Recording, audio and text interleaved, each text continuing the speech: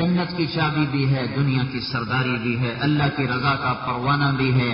اللہ تعالیٰ نے کائنات کو سمیٹ دیا تھا، ساری کائنات، اور یہ واقعات صرف مسلمانوں نے نہیں لکھا، اس واقعے کو ایک عیسائی مورخ لکھ کر گئے، عیسائیوں نے لکھا ہے، متعصب ہے، کبھی نہیں لکھتے، لیکن حقائق ایسے ہیں چھپایا نہیں جا سکتا۔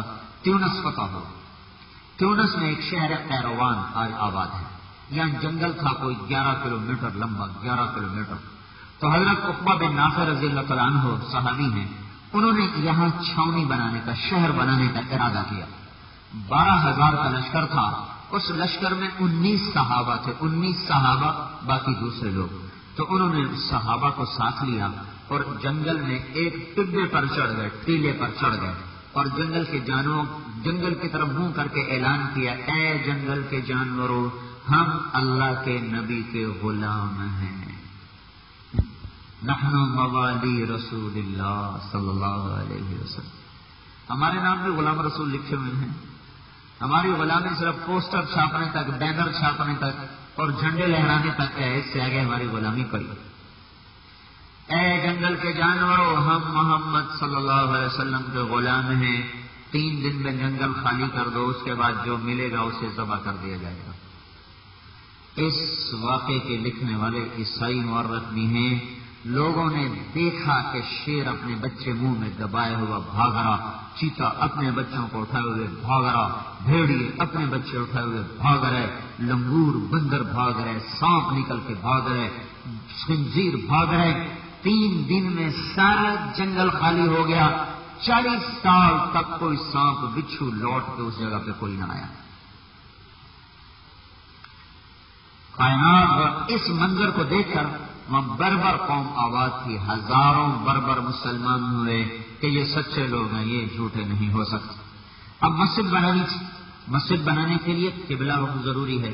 ویسے آپ جنگل میں ہو نا، تو قبلے کا پتہ نہ چل رہا ہو تو سورج کو دیکھ کر اندازہ لگا کے چاہے ادھر منہ کر کے نماز پڑھے گا تو بھی ہو جائے گی، ادھر منہ کر کے پڑھے گا ہو جائے گی، ادھر کر کے پڑھے گا ہو جائے گی۔ لیکن مسجد تو ایسا نہیں بن سکتی، مسجد کے لیے تو قبلے کی نشاندہی ضروری ہے۔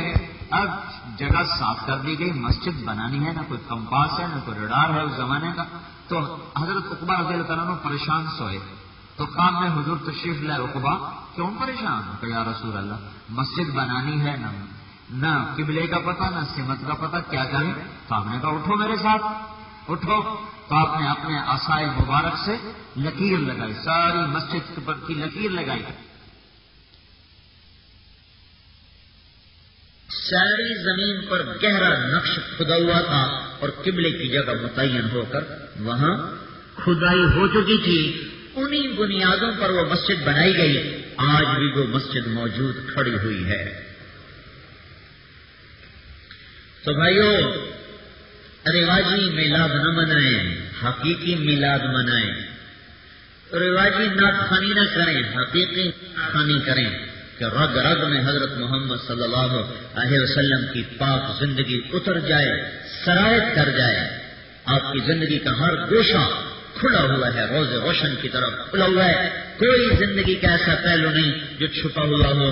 جب ہمارے نبی غمگین ہوتے تھے تو ایسے بیٹھا کرتا، یوں داڑھی پکڑ کر، یہ آپ کے غم کا اظہار تھا، یوں داڑھی پکڑ کے یوں بیٹھنا، یہ اس بات کی نشانی تھی کہ آج اللہ کا نبی غمگین بیٹھا ہوا ہے، جس کی زندگی کی اتنی ادائیں بھی موجود ہوں۔ تو پھر کوئی دیوانہ ہے جو اس کو چھوڑ کے اپنی مرضی پہ چلے؟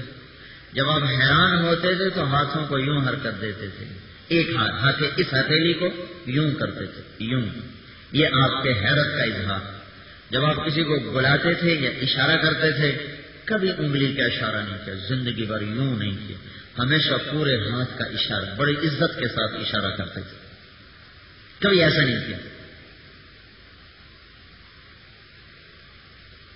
اور جب آپ گفتگو کرتے تھے مجلس میں تو آپ کے بیٹھنے کا یہ انداز تھا جیسے میں بیٹھا ہوں، چوکڑی مار، اور دوران گفتگو آپ اپنے ہاتھ کے انگوٹھے، الٹے ہاتھ کے انگوٹھے اور سیدھے ہاتھ کی ہتھیلی کو آپس میں اس طرح ٹکراتے رہتے تھے، اس طرح، یہ یوں ہوتا تھا، یا یہ ہاتھ ادھر ہوتا تھا، یہ یہاں، اور اب یوں کر کے ایسے کرتے رہتے تھے، اس طرح۔ جب آپ غصے میں ہوتے تھے تو یہاں رگ ایک تھی، یہاں دو بھووں کے یہ درمیان بال نہیں تھے، تو یہاں کا رگ تھی جو ایسے ایسے حرکت کرتی تھی، یہ نشانی تھی آج غصہ آ رہا ہے۔ اور جب آپ خوش ہوتے تھے تو گالوں سے نور نکلتا ہوا دکھائی دیتا تھا۔ جب آپ مسکراتے تھے تو آپ کے دانتوں سے نور نکل کر دیواروں پہ پڑتا تھا۔ آپ کے پہلے 4 دانتوں میں خلا تھا، اوپر نیچے باریک خلا تھا۔ جب آپ مسکراتے تھے جیسے دروازے کی جھڑی سے روشنی کی شعاع آتی ہے، ایسے آپ کے منہ سے شعائیں پھوٹتی نظر آتی تھی۔ اور راقت تنایا، جب مسکراتے تھے آپ کا اکثر ہنسنا مسکرانا تھا، لیکن آپ زور سے بھی ہنسے ہیں، کیا کبھی نہیں لگایا، ہا ہا ہا کر کے نہیں ہنسے، لیکن اتنا ضرور ہنسے ہیں کہ آخری داڑیں نظر آنے لگیں۔ ہمیں روکا نہیں، پتا تھا یہ ان کے بس میں نہیں ہے، یہ ہا ہا کے بغیر نہیں رہ سکتے، لہذا منع نہیں کیا، پتا تھا نہیں ہو سکتا، تو لہذا خود اتنا ہنسے۔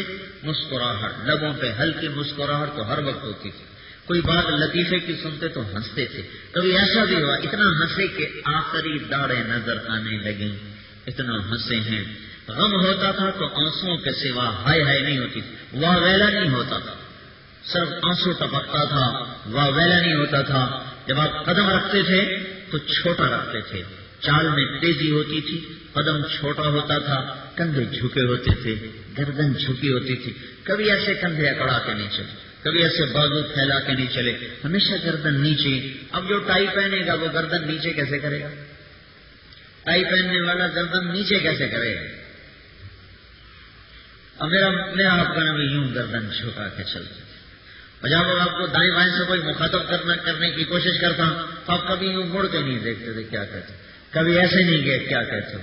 اگر دائیں سے کسی نے پکارا ہے، بائیں سے کسی نے پکارا ہے، تو یہ اتنا بڑا مشقت کا کام ہے جس کو ساری زندگی آپ نے نبھایا۔ جب دائیں طرف سے کوئی بلاتا تو آپ پورا اس کی طرف ایسے مڑ جاتے، پھر کہتے جی فرمائیے، یوں گردن ٹیڑھی کر کے کبھی نہیں کہا۔ پھر کوئی ادھر سے کوئی بلاتا تو پھر آپ ایسے ہو جاتے، پورا سینے سے سینہ سامنے کر کے۔ ادھر کوئی بلاتا تو پھر یوں ہو جاتا۔ کتنا میں نے ایک دفعہ کیا تو میرے پسینے آ گئے، اور آپ ہر دفعہ یہ کرتے تھے، ہر دفعہ یہ کرتے تھے۔